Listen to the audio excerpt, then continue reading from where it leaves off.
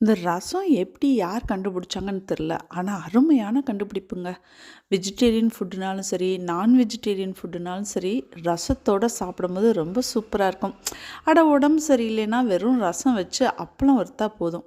இல்லைன்னா லைட்டா கொஞ்சம் முட்டை பொரியல்.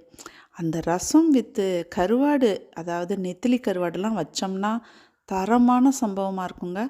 எங்கேயுமே கிடைக்காது ஃபுட்டு இந்த மாரி. வீட்ல நீட்டா சிம்பிளா வச்சோம்னா போதும். அன்னைக்கு செம்மையான சாப்பாடா இருக்கும்.